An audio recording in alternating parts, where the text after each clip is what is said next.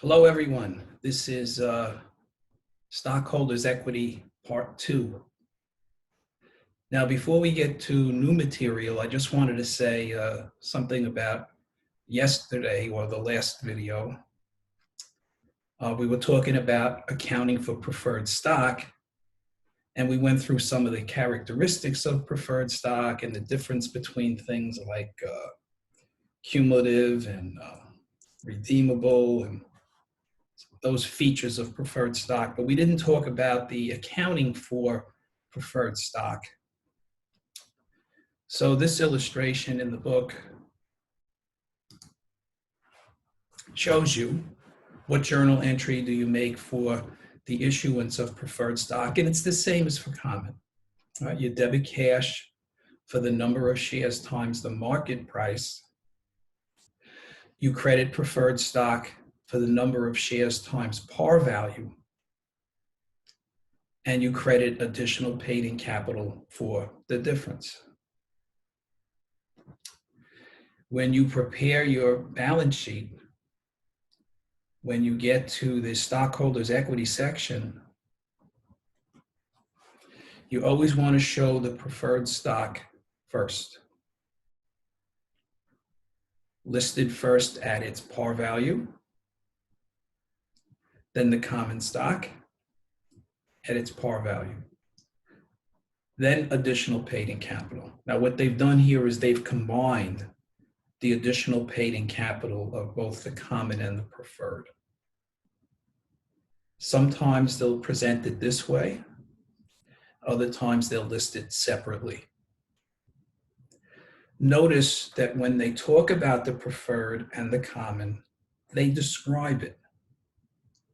They tell you it's preferred stock. They tell you the par value. They tell you how many shares have been authorized, how many shares are issued, how many shares are outstanding. So notice they tell you that, they describe it.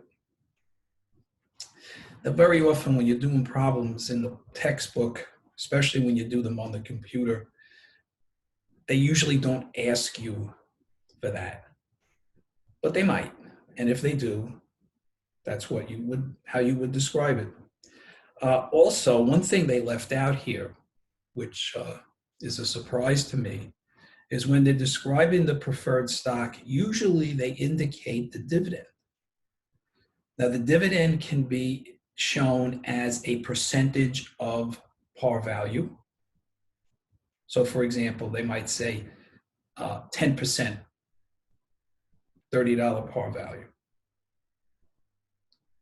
Now, 10% of $30 is $3 a share. The dividend is $3 a share.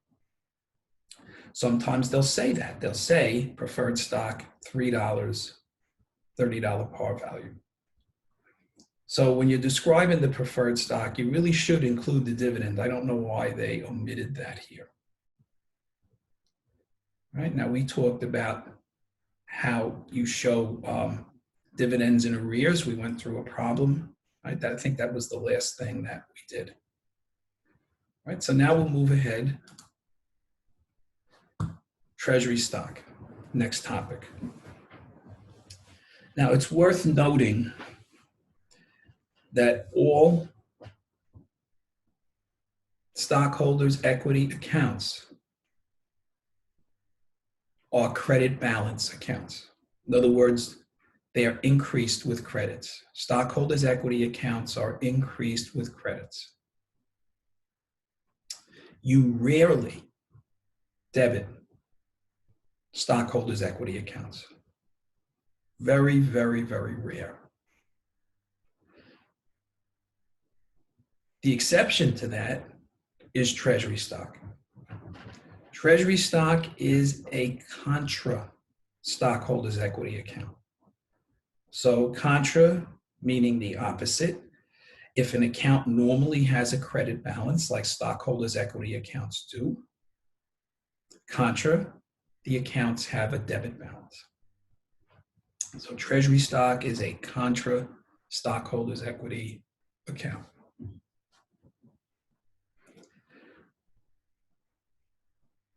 Sometimes companies will buy back their shares. That's the definition of treasury stock. Now, why they buy back the shares? Well, usually they need the shares for some reason. Maybe they're running out of authorized shares and they need the shares. A lot of times it has to do with stock option plans they offer to their executives. But sometimes companies will buy back shares of their stock if they think the stock is undervalued. Sometimes they'll buy back shares if they think that someone is trying to take them over. See, once you acquire enough stock of another company, you get to exercise influence or even control over the company. So as a result, to prevent that, companies will buy back shares of their stock. Now, I'm sure they'll give you the reasons here, right? Why do they do it? To boost underpriced stock, to distribute surplus cash without paying dividends. Now, again, outstanding shares receive the dividend. If I'm trying to cut down on the dollar amount of dividends that I have to pay, one of the ways I can do that is to buy back shares of stock. You can't pay dividends to yourself. So once you buy the stock back, you don't have to pay dividends on those shares. To boost earnings per share, way back when, I think it was in chapter 2, 3, 4, something like that, they showed you how to calculate earnings per share. It's basically net income divided by the number of shares outstanding. So if net income stays the same, how could I make earnings per share higher? Well, by reducing the number of shares outstanding. So when I buy back shares of my stock, I'm boosting earnings per share. And then the last one they list here, which is usually the first one, to satisfy stock ownership plans. Okay. Treasury stock transactions.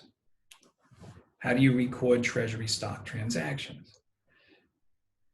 Company buys back shares of its stock, debit treasury stock, credit cash for the cost of the treasury stock. So in this example, they bought back 100 shares at $30 a share. 100 times 30, $3,000. Debit treasury stock, credit cash. And now they're showing you, where does that belong on the balance sheet? Before and after, right? So before, this is what the balance sheet looked like. Total stockholders' equity was $100,000. But if we bought back $3,000 of the stock, total stockholders' equity now is $97,000. No, they show it here as a subtraction from stockholders' equity. Nothing else changes. The paid-in capital stays the same, the retained earnings stays the same, but the stockholders' equity now is $97,000.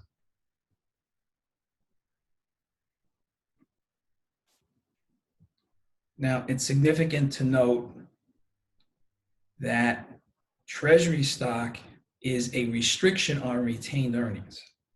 So if you're an investor and you're interested in dividends, for example, let's say you're investing in a company that has paid a dividend for a long time and you want to see that you're able to continue to get your dividend, dividends really come out of retained earnings. So if a company has no retained earnings, the chances are you won't get your dividend. But you also want to look to see if there are any restrictions on the retained earnings. Treasury stock is a restriction on retained earnings. So you've got $30,000 of retained earnings, but $3,000 of treasury stock, you have $27,000 worth of retained earnings on which dividends could be paid. Right? I don't know if the book will go into that discussion, but I'm just telling you for your own knowledge. Now that you have the treasury stock, you may decide at some point in the future to reissue it, resell it.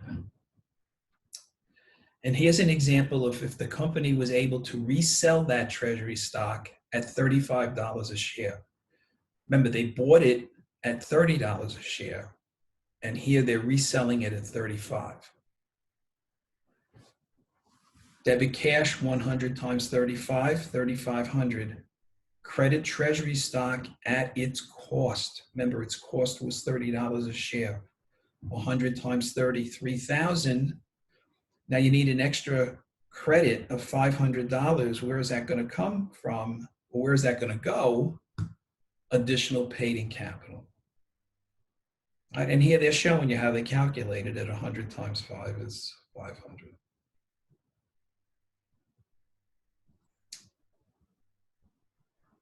Right, so now here's your before and after. Before was 97,000. The after is going to be 100,500. Why? Well, the treasury stock is gone now. So that $3,000 debit is gone, zero. And notice that additional paid-in capital increased by that $500 that we were talking about here. Now, what would happen if they sold the stock for less than $30 a share? Right? Let's say the price of the stock went down to 25, and that's when they decided to resell the treasury stock. Debit cash, 100 times 25, 2,500. Credit treasury stock, 100 times 30, 3,000. Remember, the treasury stock account always debit and credit at cost.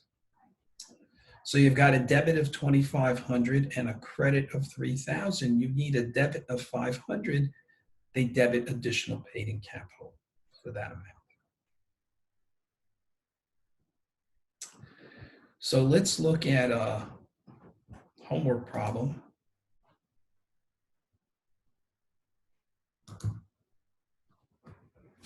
I believe it's numbers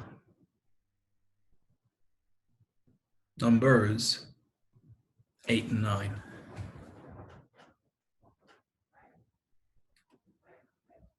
All right, so here we go. California Surf Clothing Company issues 1,000 shares of $1 par value common stock at $35 a share.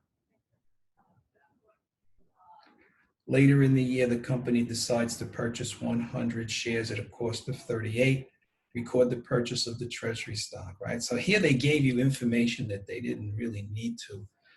They didn't need to tell you that the stock had a $1 par value and that it was originally issued at 35. They didn't need to tell you that, right? If all they want you to do is to record the purchase of the treasury stock, all you need to know is 100 times 38. So again, sometimes they play dirty tricks.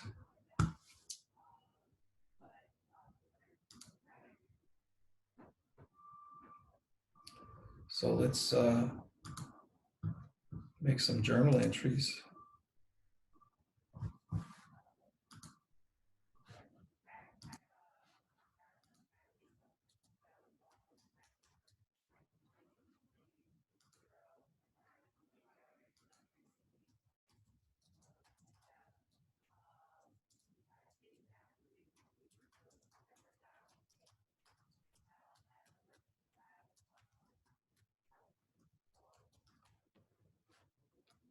Okay.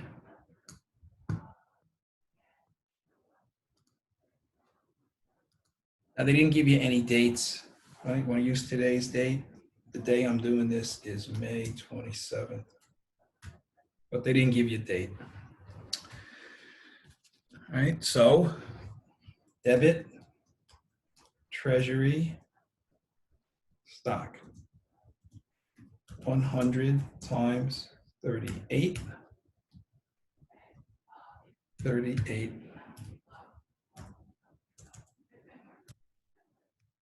100.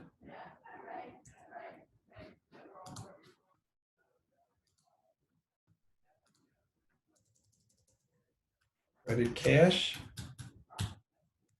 3,800. Simple, right? No problem. And this is brief exercise 10-8.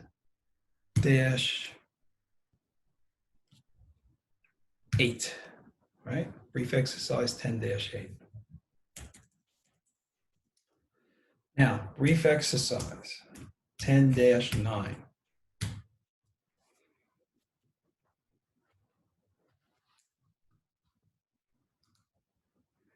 Refer to the situation described in 10-8, which we just did.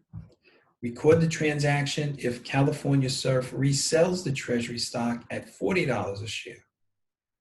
Right? They bought it at 38 and they're selling it at 40. We'll pick a date, say May 31st. Well, May 31st is a Sunday, right? Let's say June 1st. Debit cash.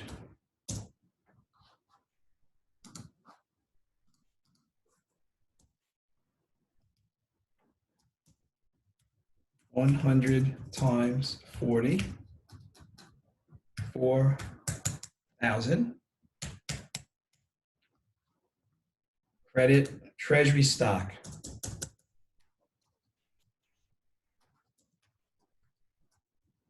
Always at cost, right? What was the cost? 100 times 38.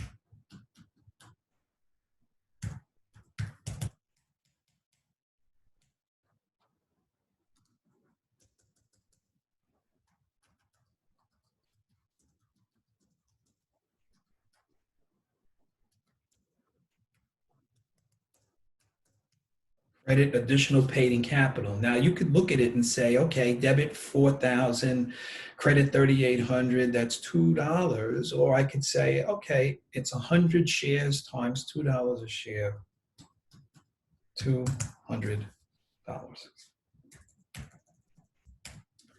Right, so that's treasury stock.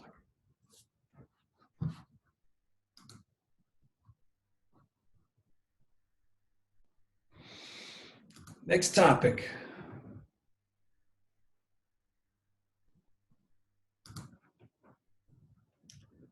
All right, now we're going to look at retained earnings. And we kind of described retained earnings in the earlier lecture. But what is retained earnings? Earnings not distributed. Right? Earnings that are distributed are dividends. So the balance in retained earnings represents the amount of earnings that have not been distributed, or how much profit does the company keep in the corporation. So retained earnings equals all net income since the company began minus all the dividends since the company began.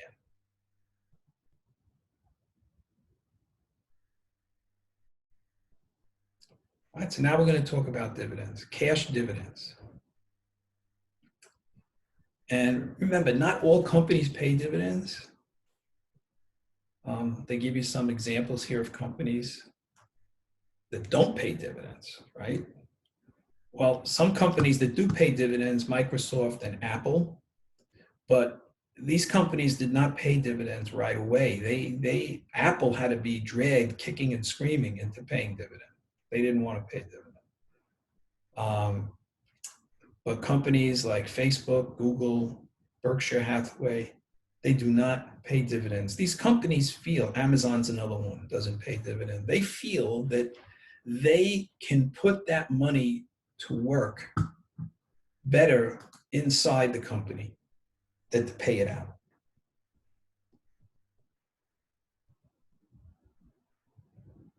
Right? So let's talk about dividends.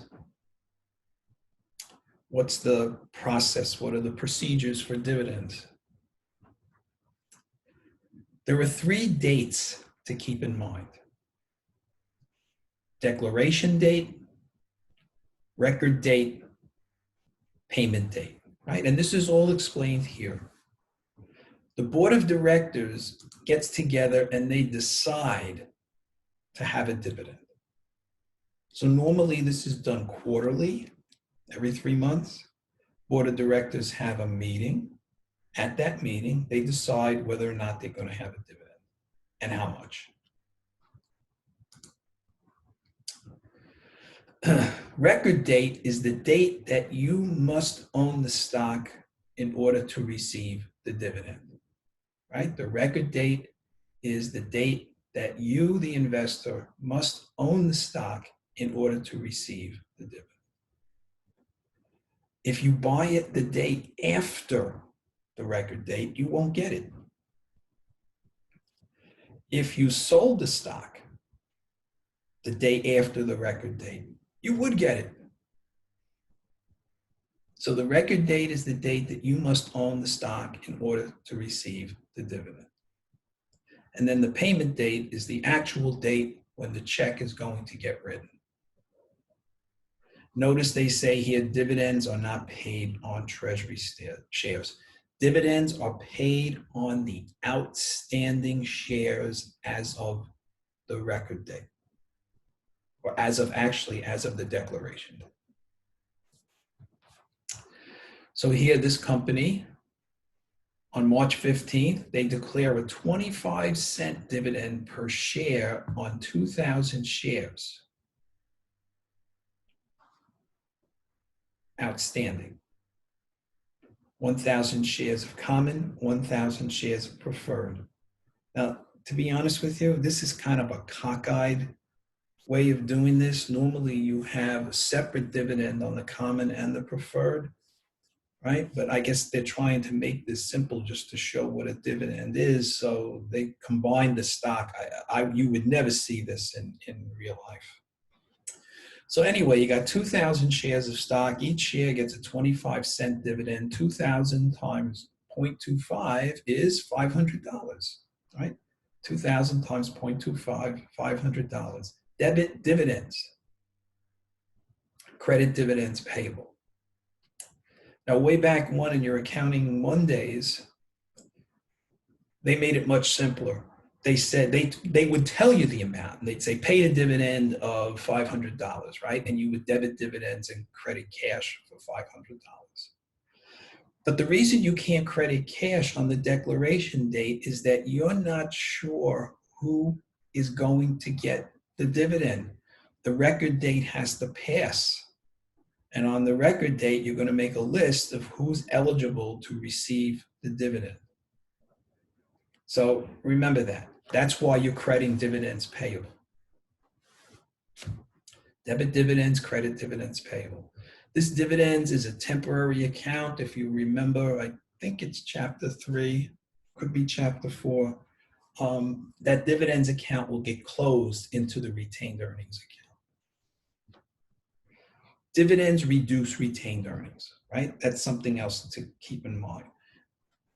Not right away, but at closing. So the record date passes. We make a list of who's going to get the dividend. And then on the payment date, in this example, the payment date was April 15th, debit dividends payable, credit cash. All right, now let's go back and do another problem. Exercise 10. Brief exercise 10. Let's find it.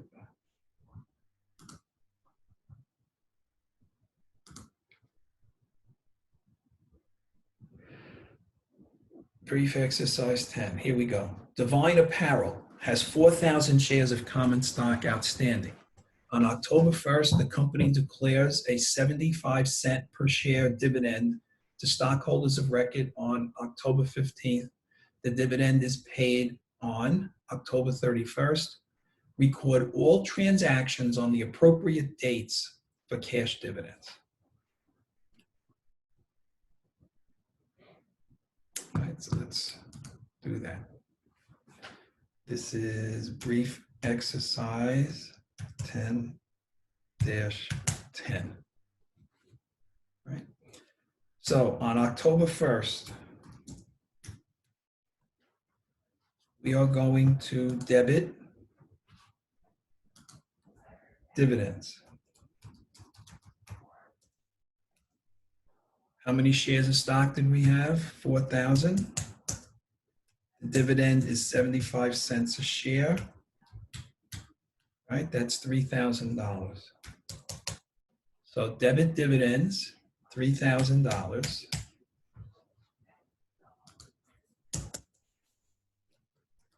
Credit dividends payable.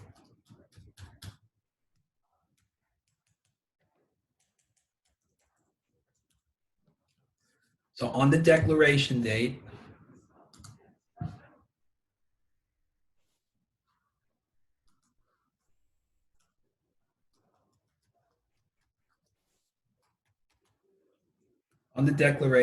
that's the entry that you make. Now, the next date is October 15th, which is the record date, right? Record date.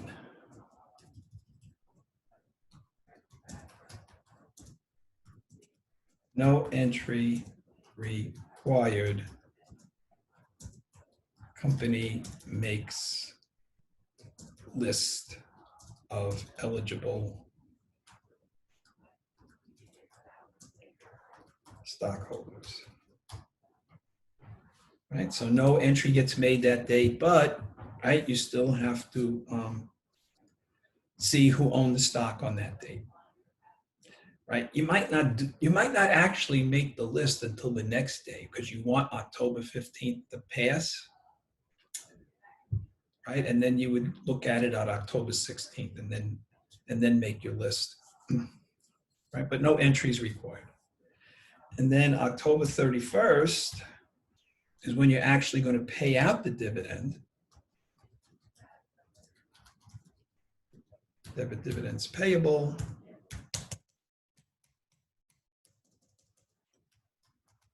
Cash.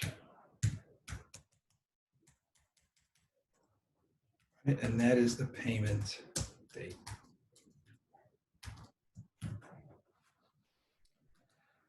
So that is cash dividends.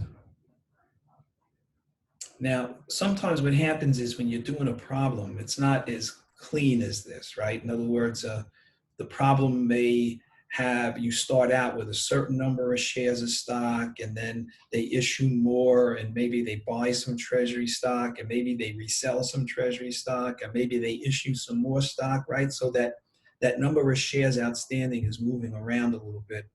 And then they tell you to pay a dividend. So that's why you have to keep track of the number of shares when you see a problem like that. I think we'll have one, but I'm not going to cover it in this video. I'm going to do that in another video. Now, there's just one more thing I want to go over with you. And I didn't assign any problem in it.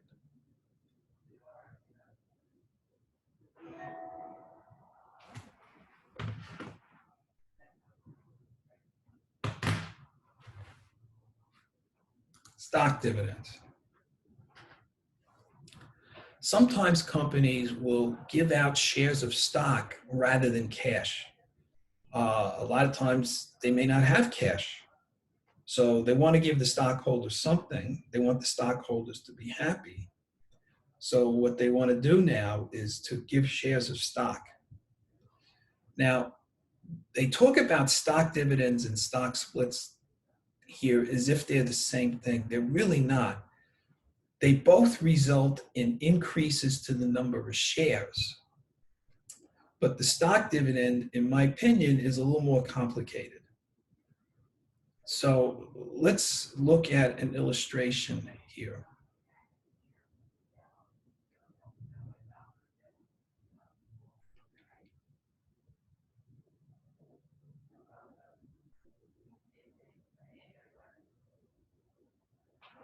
What they call a small stock dividend. Right? Now, this is where things get more complicated than they need to be. But when you have a stock dividend, you're increasing the number of shares. Now, what's the difference between small and large stock dividend? It's how many new shares you're creating. So look, for example, in this case, you've got a company that has 1,000 shares of stock outstanding, 1 penny per share, par value stock,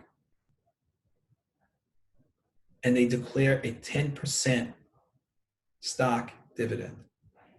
That means they are going to create more shares. Now, normally when you issue stock, you're going to debit cash. But here you're not getting cash, right? So you can't debit cash. You have to credit this account, debit this account called stock dividends. Now, where does this number come from? This $3,000. It's the number of new shares you're creating times the market price of the shares on that day. So again, just to go back, they had 1,000 shares of stock outstanding, and they're declaring a 10% stock dividend. 10% times 1,000 is 100 new shares, right? 100 new shares. 1,000 times 10% is 100 new shares. And those shares are selling for $30 a share that day. So this is where that debit to stock dividends comes of $3,000. Credit common stock at par value. We have 100 shares, right? 1,000 times 10%. We're creating 100 new shares, and the par value is 1 penny per share. So 100 times 1 penny is $1. The balance difference goes into additional paid-in capital. That is a small stock dividend. Now, a large stock dividend, instead of debiting stock dividends for the market value, you would debit stock dividends for the par value. So you would debit stock dividends and credit common stock for the number of new shares times the par value. And you wouldn't really have this additional paid-in capital.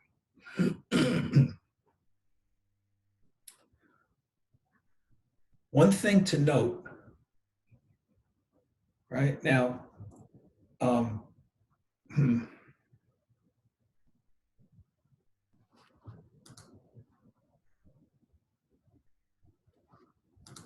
they don't show it. Okay. So what's a stock split then? Stock split is a very large increase in the number of shares, doubling, tripling, quadrupling. So if the company has a 2-for-1 stock split, we would double the amount of shares. Now, how is that different than a stock dividend?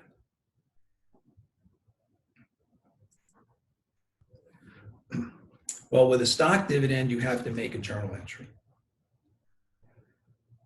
But with a stock split, you don't. So here's an example of a company that had a 100% stock dividend. They doubled the number of shares, but because it was a stock dividend,